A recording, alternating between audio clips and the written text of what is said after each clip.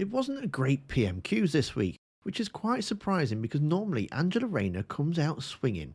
Her previous exchanges with Dominic Raab had always been a joy to watch, and to be honest, I thought she going toe-to-toe with Oliver Dowden would be like shooting fish in a barrel. It's a pleasure to welcome yet another Deputy Prime Minister to the dispatch box, the third deputy that I've faced in 3 years, and you know what they say, the third time's a charm. And I'm also pleased to note, Mr Speaker, that the Prime Minister has a working class friend, finally. However, it came across as a bit flat. Oliver Dowden started off by hitting the emergency brake Corbyn glass on the very first question. After 1,000 more Conservative councillors have been given the boot by voters, who does he think is responsible now? After all, she confidently predicted that the Right Honourable Member for Islington North would one day be Prime Minister. Remember, this is a man who wanted to abolish the army, scrap Trident, withdraw from NATO and abandon Ukraine. And what did she say to that?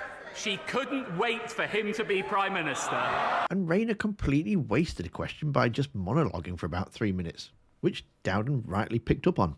The Labour Party is preparing to govern with a Labour majority.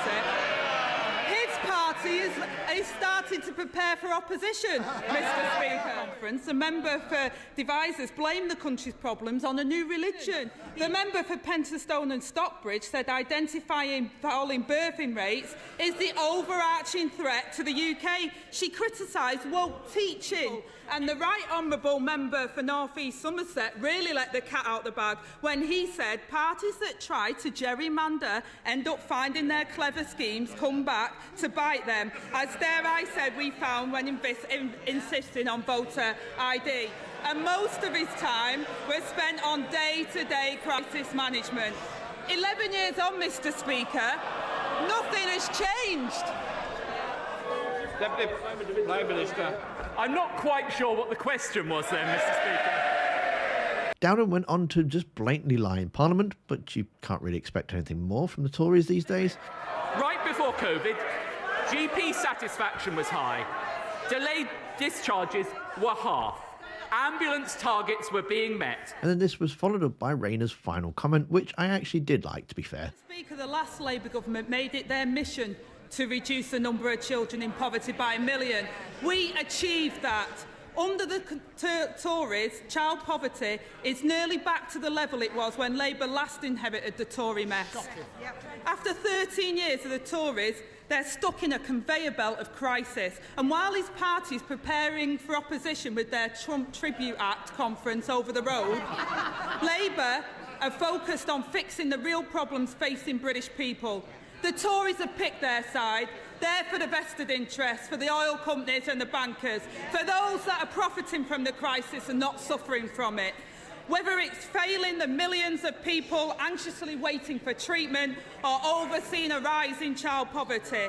And while his colleagues spout nonsense at their carnival of conspiracy, I want to know, when will his party stop blaming everybody else and realise that the problem is them? I think the star of the show actually was Mahari Black, with her 2 questions that stuck it both to the Conservatives and the Labour Party at the same time.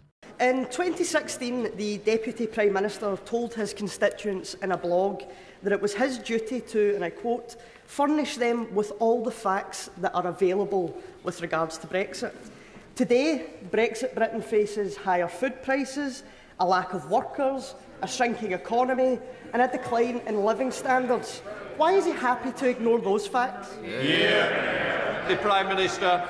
Well, Mr Speaker, we have one of the fastest growth rates in the whole of the G7 since Brexit. And we all know, and in fairness, we all know the policy of the SNP. And they said it this weekend, and I quote, we need to undo Brexit. But let me tell you, if I were them, I'd start by undoing the mess they've left Scotland in and start working with the United Kingdom government and focus on the priorities of the Scottish people, not the priorities of their party. Mahari Black.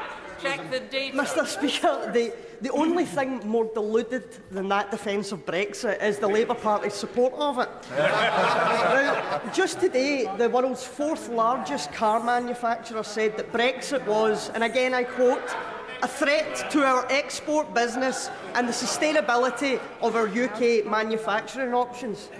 Even Nigel Farage can admit that Brexit has failed. So, Mr Speaker, why can't he? The Prime Minister. Right. I would say to the Honourable Lady, one of the best ways of getting behind industry in this country is get behind the trade deals we're striking with many countries around the world, which they have singularly failed to oppose. And I see last week the SNP promised to build a new Scotland. I don't know whether she's aware, but the SNP have been in power for 13 years. Perhaps they should stop their focus on independence and focus on the priorities of the Scottish people. Overall, I would say the winner of this week's PMQs was Murray Black, but who do you think won? Let me know down in the comments. Now, normally the Speaker has to tell at least somebody to go and get a cup of tea, but it didn't really happen this week. So if you missed that and you really want to see him actually losing his marbles, then you need to watch the video that's on screen now. Don't forget to hit the like button or the join button for membership. Thanks for watching, and I'll see you next time.